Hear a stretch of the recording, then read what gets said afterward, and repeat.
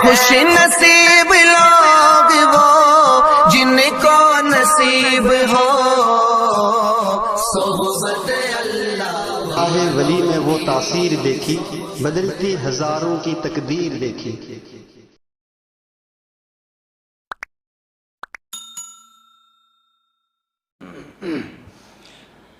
الحمد لله رب العالمين والعاقبة للمتقين والصلاة والسلام على سيد الأنبياء والمرسلين وعلى آله وأصحابه أجمعين.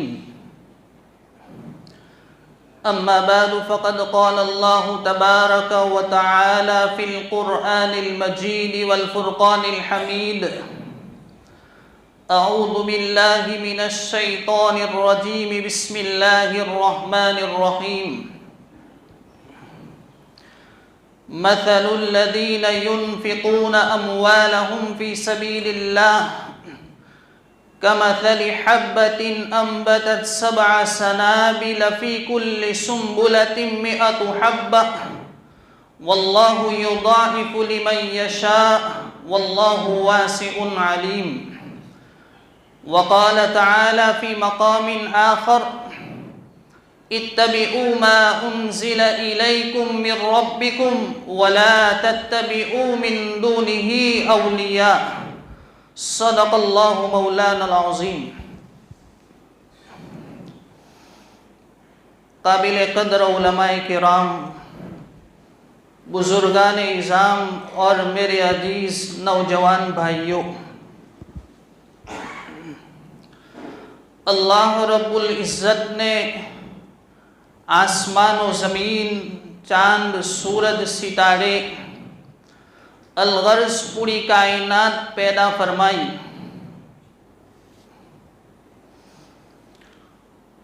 یہی نہیں، سبحان الذی خلق الازواج کلہا، اس خالق اور مالک اور پاک ذات نے ہر چیز کا جوڑا جوڑا بنایا۔ آسمان کے مقابل زمین بنائی، دین کے مقابل رات بنائی، مرد کے مقابل عورت بنائی، دنیا کے مقابل آخرت بنائی۔ اور اس دنیا میں رہتے ہوئے ہر انسان کو مصیبتوں اور پریشانیوں اور تکلیفوں کا سامنا کرنا پڑتا ہے۔ خود قرآن کریم میں اللہ تبارک و تعالی ارشاد فرماتے ہیں: وَتِلْكَ الْأَيَّامُ نُدَاوِلُهَا بَيْنَ النَّاسِ، ہم لوگوں کے درمیان دنوں کو عدلتے بدلتے رہتے ہیں۔ کبھی خوشی کے ایام چلتے ہیں تو غمی کے حالات بھی پیچھے لگ جاتے ہیں۔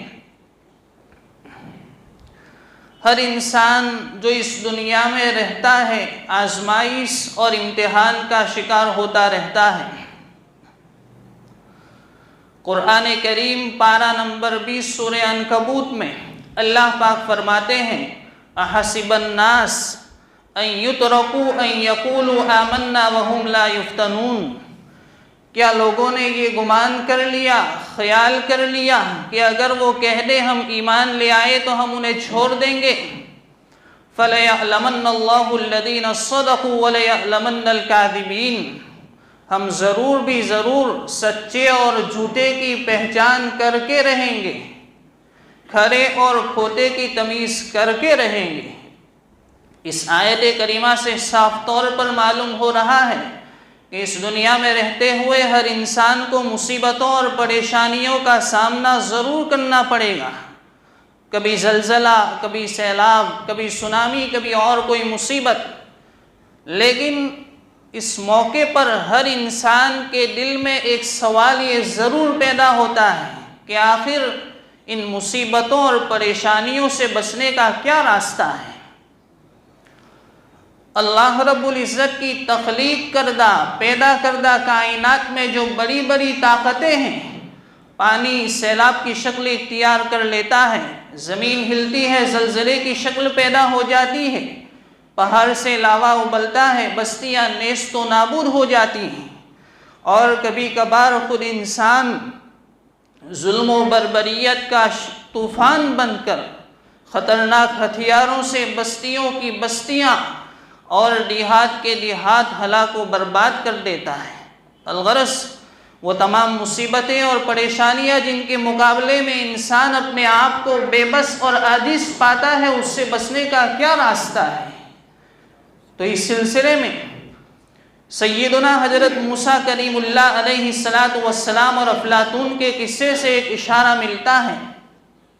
ایک مرتبہ افلاطون نے حضرت موسیٰ علیہ السلام سے پوچھا، اے اللہ کے پیغمبر، اگر آسمان کمان بن جائے اور ساری مصیبتیں تیر بن جائے اور تیر پھینکنے والی ذات اللہ رب العزت ہو تو ایسی صورت میں بچنے کی کیا شکل ہو سکتی ہے؟ اس موقع پر حضرت موسیٰ علیہ السلام نے فرمایا، ایسی صورت میں بچنے کی صرف ایک شکل ہے، وہ یہ کہ تیر پھینکنے والی ذات یعنی اللہ رب العزت کے پہلو میں جا کر بیٹھ جانا چاہیے۔ میرے بزرگوں، اصل واقعہ یہی ہے کہ ہم اپنا تعلق اپنے رب کے ساتھ اس کی اطاعت اور فرما برداری کے ذریعے مضبوط سے مضبوط تر بنا لیں، اس لیے کہ اللہ تبارک و تعالیٰ کی پکڑ اور اس کی جکر، سزا اور عذاب اس کی نافرمانی اور گناہ کے سبب آیا کرتا ہے۔ یہ بات میں اپنی طرف سے نہیں کہتا، خود قرآن کریم پارہ نمبر 17 سورہ انبیاء میں اللہ پاک فرماتے ہیں، وَكَمْ قَصَمْنَا مِنْ قَرْيَةٍ كَانَتْ ظَالِمَةً، کتنی ہی نافرمانی کرنے والی بستیوں کو ہم نے ہلاک و برباد کر دیا۔ ایک دوسری جگہ سورہ اعراف میں اللہ پاک فرماتے ہیں، وَكَمْ مِنْ قَرْيَةٍ أَهْلَكْنَاهَا فَجَاءَهَا بَأْسُنَا بَيَاتًا أَوْ هُمْ قَائِلُونَ فَمَا كَانَ دَعْوَاهُمْ إِذْ جَاءَهُمْ بَأْسُنَا إِلَّا أَنْ قَالُوا إِنَّا كُنَّا ظَالِمِينَ۔ بہت سی بستیاں ایسی ہیں جن کے باشندوں کو، جہاں کے رہنے والوں کو ہم نے ہلاک و برباد کر دیا۔ ان کے پاس جب ہمارا عذاب آ پہنچا، وہ راتوں کو سوئے ہوئے تھے، دن میں قیلولہ کر رہے تھے۔ جب عذاب خداوندی آ پہنچا تو ان کے پاس اسے روکنے کی کوئی طاقت، کوئی سبیل، کوئی راہ اور راستہ نہیں تھا، سوائے اس کے کہ وہ صرف اتنا سے کہہ سکے، ہم ظالم ہیں، ہم گنہگار ہیں، ہم خطا کار ہیں، ہم حد سے آگے بڑھنے والے ہیں۔ بزرگان محترم، ان بستی والوں پر اللہ تبارک و تعالیٰ کی جانب سے عذاب کیوں اترا؟ اس سے پہلے والی آیت کریمہ دیکھیں، اللہ پاک فرماتے ہیں، اتبعوا ما انزل الیکم من ربکم ولا تتبعوا من دونہ اولیاء، تمہاری طرف تمہارے پروردگار کی جانب سے جو سچی شریعت بھیجی گئی اسے دل و جان سے قبول کر لو، اسی کی پیروی کرو، اپنے رب کو چھوڑ کر دوسرے رفیقوں کے طور و طریق مت اپناؤ، اس لیے کہ تم سے پہلے ایسی بہت سی بستیاں گزر چکی جنہیں اللہ تبارک و تعالیٰ نے سچا دین دیا، مگر انہوں نے اللہ کے دین کو چھوڑ کر دوسروں کے طریقوں اور دین کو اپنایا، نتیجتاً اللہ رب العزت نے ان کا نام و نشان صفحہ ہستی سے مٹا دیا۔ قرآن کریم پارہ نمبر 20 سورہ عنکبوت ہی میں رب ذوالجلال والجبروت بستیوں کی ہلاکت کا ذکر کرتے ہوئے دو ٹوک گویا ہے، فرماتے ہیں فَكُلًّا أَخَذْنَا بِذَنبِهِ فَمِنْهُمْ مَنْ أَرْسَلْنَا عَلَيْهِ حَاصِبًا وَمِنْهُمْ مَنْ أَخَذَتْهُ الصَّيْحَةُ وَمِنْهُمْ مَنْ خَسَفْنَا بِهِ الْأَرْضَ وَمِنْهُمْ مَنْ أَغْرَقْنَا۔ ہر نافرمانی کرنے والی قوم کو اللہ رب العزت نے نافرمانی کے سبب پکڑ لیا، بعضوں پر ہوائیں بھیجی، بعضوں کو فرشتے کی چیخ نے ہلاک کر دیا، بعضوں کو پانی میں ڈبو دیا، بعضوں کو زمین نگل گئی۔ اور یہ سب اس لیے نہیں ہوا کہ اللہ تبارک و تعالیٰ نے ان پر ظلم کیا، نہیں، وما ربک بظلام للعبید، آپ کا رب اپنے بندوں پر ظلم کرنے والا نہیں ہے، وہ ذات تو عادل ہے، وہ تو منصف ہے، وہ خود انصاف کرنے والوں کو پسند فرماتی ہے۔ قرآن کریم میں فرماتے ہیں ان اللہ یحب المقسطین، بلا شبہ اللہ تبارک و تعالیٰ انصاف کرنے والوں سے محبت فرماتے ہیں، بھلا وہ کیسے ظلم کریں گے؟ بلکہ وما كان الله ليظلمهم ولكن كانوا انفسهم يظلمون. یہ لوگ خود ایسے اعمال اور کرتوت اور کام کیا کرتے ہیں جو ان پر اللہ تبارک و تعالیٰ کی سزا اور عذاب آنے کا سبب بن جاتے ہیں. میرے بھائیو، ایک بات اپنے دل و دماغ میں اچھی طرح بٹھا لیجیے. دنیا کا دستور ہے، قاعدہ ہے، جیسی کرنی ویسی بھرنی، جیسا بیج ویسی پیداوار.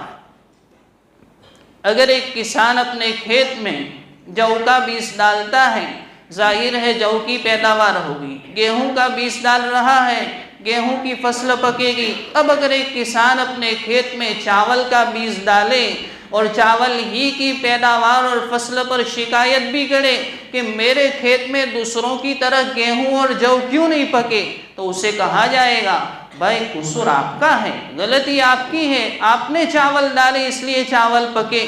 اگر آپ بھی دوسروں کی طرح اپنے کھیت میں گیہوں اور جو کا بیج ڈالتے تو گیہوں اور جو ہی پکتے. ٹھیک اسی طرح اللہ رب العزت کے یہاں بھی ایک دستور اور قاعدہ ہے، ایک لا ہے. فَمَنْ يَعْمَلْ مِثْقَالَ ذَرَّةٍ خَيْرًا يَرَهُ وَمَنْ يَعْمَلْ مِثْقَالَ ذَرَّةٍ شَرًّا يَرَهُ. جو شخص ذرہ برابر نیک عمل کرے گا، اللہ تبارک و تعالیٰ اس کو اس کا ثواب اور اجر ضرور عطا فرمائیں گے. اور جو شخص ذرہ برابر برائی کرے گا، گناہ اور نافرمانی کرے گا، اللہ پاک اسے اس کی سزا ضرور دیں گے. یہ اور بات ہے کہ وہ رحیم اور کریم ذات اپنی شان رحیمی کا معاملہ فرما کر اسے معاف فرما دے. باقی بندے کے اختیار میں ہے، اگر اچھے اعمال کرے گا اجر و ثواب کا مستحق ہوگا، اور اگر گناہ کرے گا تو سزا اور عذاب اور عقاب کا مورد و مستحق ہوگا. بیان کردہ باتوں سے یہ بات صاف ظاہر ہو گئی ہے کہ اللہ تبارک و تعالیٰ کی پکڑ سے بچنے کا سب سے پہلا راستہ اللہ تبارک و تعالیٰ کے ساتھ اپنا تعلق مضبوط کرنا ہے. اور تعلق مضبوط ہوگا اس کی اطاعت اور فرما برداری کے ذریعے، شریعت محمدیہ کی مکمل پیروی کے ذریعے. بعضیں چیزیں لے لی، بعضیں چھوڑ دی، یہ معاملہ نہ ہو. عبادات ہمارے لیے آسان ہیں، نماز، روزے، زکوٰۃ، حج وغیرہ کر لی، لیکن معاملات، معاشرت، اخلاق مشکل معلوم ہوئے، چھوڑ دیے.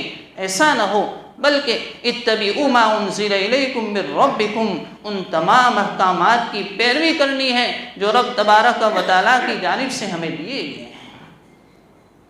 مصیبتوں اور پریشانیوں سے بچنے کا دوسرا راستہ توبہ و استغفار کرنا ہے. ہم کثرت سے استغفار کریں، اللہ تبارک و تعالیٰ کے حضور اپنے گناہوں کی معافی چاہیں، آئندہ زندگی میں گناہ نہ کرنے کا عزم مصمم اور پختہ ارادہ کریں. قرآن کریم سورہ انفال میں اللہ پاک ارشاد فرماتے ہیں وَمَا كَانَ اللَّهُ لِيُعَذِّبَهُمْ وَأَنْتَ فِيهِمْ وَمَا كَانَ اللَّهُ مُعَذِّبَهُمْ وَهُمْ يَسْتَغْفِرُونَ. ہم آپ کے ہوتے ہوئے ان بستی والوں کو عذاب نہیں دیں گے اور نہ ان لوگوں کو عذاب دیں گے جو استغفار کا اہتمام کرتے ہیں. اس آیت کریمہ سے معلوم ہوا جو لوگ کثرت سے استغفار کرتے رہتے ہیں وہ اللہ کی سزا اور عذاب سے محفوظ رہتے ہیں. میرے عزیزوں، دنیا کا کوئی انسان اور کوئی بندہ یہ نہیں چاہتا کہ اپنے رب کی نافرمانی کر کے اس کے غصے اور غضب کو مول لے، مگر چونکہ ہر انسان کے ساتھ نفس اور شیطان لگے ہوئے ہیں جس کے بہکاوے میں آ کر نافرمانی ہو جایا کرتی ہے. لیکن مایوس ہونے کی کوئی ضرورت نہیں ہے. وہ رحیم اور کریم آقا اپنے بندوں سے بڑے ہی والہانہ اور محبت بڑے انداز میں خطاب فرما رہا ہے. قُلْ يَا عِبَادِيَ الَّذِينَ أَسْرَفُوا عَلَىٰ أَنفُسِهِمْ لَا تَقْنَطُوا مِنْ رَحْمَةِ اللَّهِ إِنَّ اللَّهَ يَغْفِرُ الذُّنُوبَ جَمِيعًا إِنَّهُ هُوَ الْغَفُورُ الرَّحِيمُ.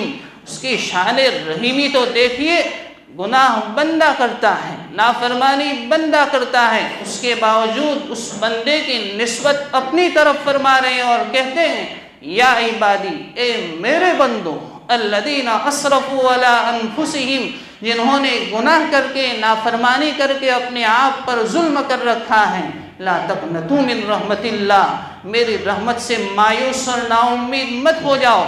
ممکن ہے دنیا والے تمہیں تانا دیں گے، یہ شرابی ہے، یہ زانی ہے، یہ بے نمازی ہے، لیکن میرے در پر ایک مرتبہ اپنے گناہوں پر ندامت کے ساتھ آنسو کے 2 قطرے بہا لو، نہ صرف میں تمہارے گناہوں کو بخش دوں گا بلکہ ان گناہوں کو موٹی موٹی نیکیوں سے بدل دوں گا۔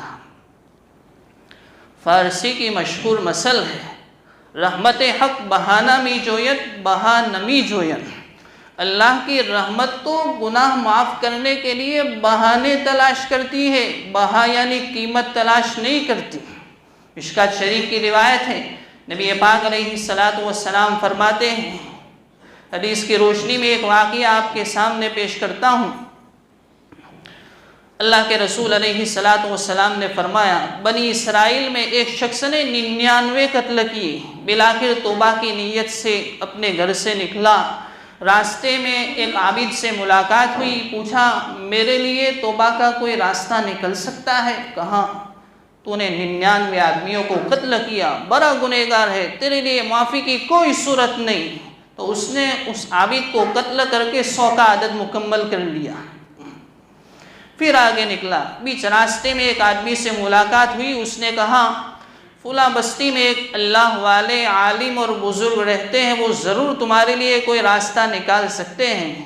چنانچہ وہ سچی توبہ کی نیت کے ساتھ اس بستی کی جانب روانہ ہوتا ہے، بیچ راستے میں اس کا انتقال ہو جاتا ہے۔ اب رحمت کے فرشتے بھی ہیں، عذاب کے فرشتے بھی ہیں، دونوں کے درمیان بحث و مباحثہ ہو رہا ہے۔ رحمت کے فرشتے کہتے ہیں اس کی روح میں اللہ کے دربار میں پہنچاؤں گا، اس لیے کہ یہ توبہ کی نیت سے نکلا تھا، لہذا تائب ہو کر مرا۔ اور عذاب کا فرشتہ کہتا ہے یہ 99 آدمیوں کا 100 آدمیوں کا قاتل ہے، بڑا گنہگار ہے، میں اس کی روح اللہ کے دربار میں پہنچاؤں گا۔ بالآخر اللہ تبارک و تعالیٰ نے خود فیصلہ فرمایا کہ دونوں جانب کی بستیوں کا فاصلہ ناپ لیا جائے، جون سی بستی قریب نکل آئے اس کے مطابق فیصلہ کیا جائے۔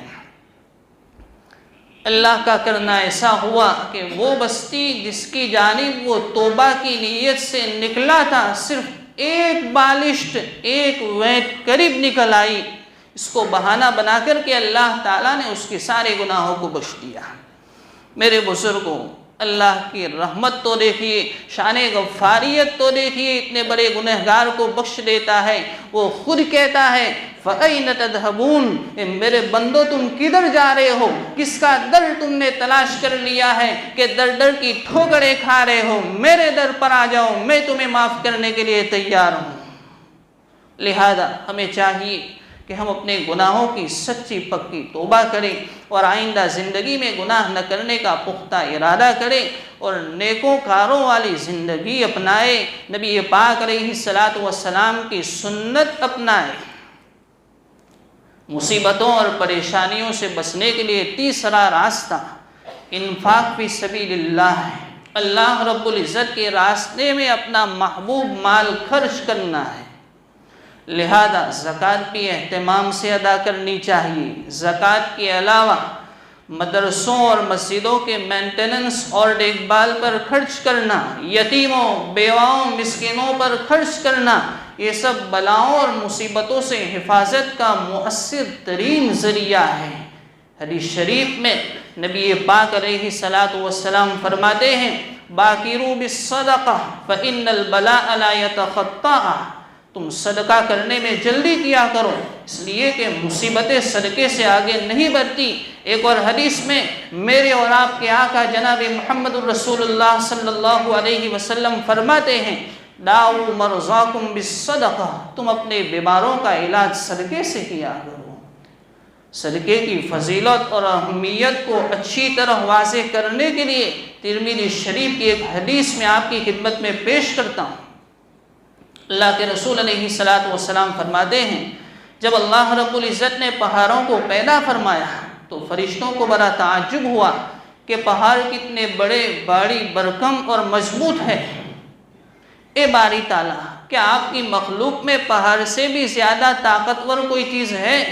ارشاد فرمایا ہاں، لوہا پہاڑ سے بھی زیادہ طاقتور ہے، اس لیے کہ لوہے کے ذریعے بڑے سے بڑے پہاڑ اور چٹان اور پتھر کو توڑا جا سکتا ہے۔ پھر عرض کیا اے ہمارے رب، کیا آپ کی مخلوق میں لوہے سے بھی زیادہ طاقتور کوئی چیز ہے؟ ارشاد فرمایا ہاں، آگ لوہے سے بھی زیادہ طاقتور ہے، اس لیے کہ آگ سے لوہے کو پگھلایا جا سکتا ہے۔ پھر عرض کیا اے رب تبارک و تعالی، کیا آپ کی مخلوق میں آگ سے بھی زیادہ طاقتور کوئی چیز ہے؟ ارشاد فرمایا ہاں، پانی آگ سے بھی زیادہ طاقتور ہے، اس لیے کہ پانی کے ذریعے آگ کو بجھایا جا سکتا ہے۔ پھر عرض کیا اے ہمارے رب، کیا آپ کی مخلوق میں پانی سے بھی زیادہ طاقتور کوئی چیز ہے؟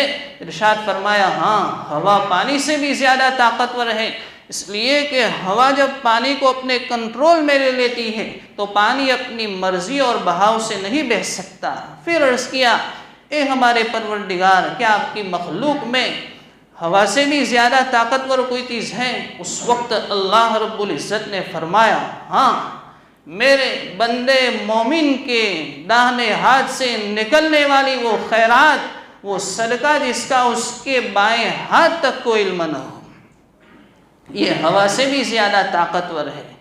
بزرگان محترم، اس حدیث شریف پر غور تو کیجئے۔ مصیبتوں سے بچنے کا اور حفاظت کا بہترین راستہ اللہ کے رسول علیہ السلام نے بیان فرمایا، کیونکہ پہاڑ، آگ، ہوا، پانی یہ ایسی طاقتیں ہیں جسے کائنات میں سوائے اللہ رب العزت کے اور کوئی کنٹرول نہیں کر سکتا، لیکن اس ذات نے، اس خالق اور مالک ذات نے مومن بندے کے صدقے اور خیرات میں وہ طاقت، وہ قوت اور تاثیر رکھی ہے جو ان ساری طاقتوں اور قوتوں کے سامنے شیشہ پلائی ہوئی مضبوط دیوار بن کر کھڑا ہو جاتا ہے۔ یہی وجہ ہے کہ اللہ تبارک و تعالیٰ نے فرشتوں کے جواب میں فرمایا کہ جب مجھ پر ایمان رکھنے والا میری رضا کے خاطر کسی مسکین اور محتاج اور فقیر بندے پر اور دوسرے نیک کاموں میں اپنے داہنے ہاتھ سے اس طرح خرچ کرتا ہے کہ اس خرچ کی ہوئی چیز کا اس کے بائیں ہاتھ تک کو پتہ نہیں چلتا، یہ ہوا سے بھی زیادہ طاقتور ہے۔ صحیح فرمایا فَإِنَّ الْبَلَاءَ لَا يَتَخَطَّاهَا، جب صدقہ آ جاتا ہے ساری مصیبتیں دیر ہو جاتی ہیں۔ اس لیے صدقے کی عادت ڈالیں، یہ بڑی کام کی چیز ہے۔ جو اللہ کے راستے میں اپنا محبوب مال خرچ کرتا ہے، قسم خدا پاک کی، اس کے مال میں کبھی کمی نہیں آ سکتی، اس کی تجارت کبھی گھاٹے اور نقصان میں پڑ نہیں سکتی، اس کا کاروبار کبھی ٹھپ نہیں پڑ سکتا۔ حضرات صحابہ رضی اللہ عنہم اجمعین میں صفت سخاوت بڑی نمایاں تھی۔ ام المؤمنین حضرت عائشہ صدیقہ رضی اللہ تعالیٰ عنہ کی خدمت میں ان کے بھانجے حضرت عبداللہ ابن زبیر رضی اللہ تعالیٰ عنہ نے درہموں کی 2 تھیلیاں بھیجی، جس میں 1,80,000 کی بڑی رقم تھی۔ حضرت عائشہ صدیقہ رضی اللہ تعالیٰ عنہ کی سخاوت تو دیکھیے، شام ہونے سے پہلے یہ ساری رقم اللہ کے راستے میں خرچ کر دی۔ حضرت ابوبکر صدیق رضی اللہ تعالیٰ عنہ غار یار ہیں۔ حضرت عمر رضی اللہ تعالیٰ عنہ فرماتے ہیں غزوہ تبوک کے موقع پر میری حالت اچھی تھی، جبکہ حضرت ابوبکر صدیق رضی اللہ تعالیٰ عنہ تنگی کا شکار تھے۔ میں نے سوچا کہ آج تو میں ضرور ابوبکر سے نیکیوں میں سبقت لے جاؤں گا۔ میں اپنا آدھا مال اللہ کے رسول علیہ السلام کی خدمت میں لا کر پیش کر دیا۔ جب ابوبکر صدیق رضی اللہ تعالیٰ عنہ حاضر خدمت ہو رہے ہیں، اللہ کے رسول خود پوچھ رہے ہیں اے ابوبکر بتاؤ گھر والوں کے لیے کیا چھوڑا؟ اس موقع پر عرض کیا یا رسول اللہ، اللہ اور اس کے رسول اور اس کی محبت کو چھوڑا ہے، باقی گھر کی ساری بڑی اور چھوٹی چیزیں آپ کی خدمت میں لا کر رکھ دی ہے۔ میرے بزرگوں، ان حضرات کے لیے اللہ کے راستے میں مال خرچ کرنا اس لیے آسان تھا کہ ان کے دل میں مال کی کوئی وقعت اور قدر اور منزل نہیں تھی۔ وہ سمجھتے تھے کہ مال ایک سرمایہ ہے جس کے ذریعے جنت کی دائمی اور ہمیشہ رہنے والی نعمتوں کو خریدنا ہے۔ اللہ تبارک و تعالی مصیبتوں اور حفاظت سے بچنے کے یہ جو 3 راستے بیان کیے گئے، اس پر صحیح معنی میں عمل کرنے کی توفیق عطا فرمائے۔ میرے بزرگوں، آپ حضرات کی خدمت میں ایک اہم کام لے کر حاضری ہوئی ہے، وہ یہ کہ جامعہ فیض سبحانی جو شہر سورت ہی میں سید پورہ راجہ واری علاقے میں سال 2004 سے ہمارے مسلمان بچے بچیوں کی دینی تعلیم اور تربیت دینے والا مشہور اور معروف مدرسہ ہے، اب جب کہ اس مدرسے میں طلباء کی تعداد بڑھ رہی ہے تو مدرسے کے ذمہ دار حضرات اور ٹرسٹی حضرات نے اللہ رب العزت پر بھروسہ کرتے ہوئے اور آپ جیسے اللہ کے پیارے اور محبوب اور مقبول بندوں کی تعاون اور مدد پر امید رکھتے ہوئے مدرسے سے لگی ہوئی بالکل تیار بلڈنگ خریدی ہے، جس میں بچے تعلیم بھی حاصل کریں گے اور عبادت خانہ بھی ہوگا، جس میں نماز بھی پڑھی جائے گی۔ آپ حضرات سے بڑی دربندانہ اپیل اور درخواست ہے کہ للہ رقم کے ذریعے خوب تعاون فرمائیں۔ مدرسہ زکوٰۃ کا بھی حقدار ہے، اگر آپ اپنی زکوٰۃ ادا کرنا چاہتے ہیں تو زکوٰۃ بھی لے سکتے ہیں، رسید بک کا بھی انتظام ہے، البتہ زکوٰۃ مدرسے کے دوسرے مصارف میں خرچ کی جائے گی۔ مدرسے کے 2 طالب علم 2 گیٹ پر کھڑے رہیں گے، اور آپ مدرسے کی اس بلڈنگ کا معائنہ کرنا چاہیں تو وہ بھی گیٹ پر لگا ہوا ہے، آپ دیکھ سکتے ہیں۔ اللہ تبارک و تعالی آپ کے رزق میں صحت و عافیت، عزت و آبرو میں خوب خوب برکت عطا فرمائے اور دارین میں اجر جزیل عطا فرمائے، آمین۔ وآخر دعوانا الحمدللہ رب العالمین۔ صلی اللہ علیہ وسلم۔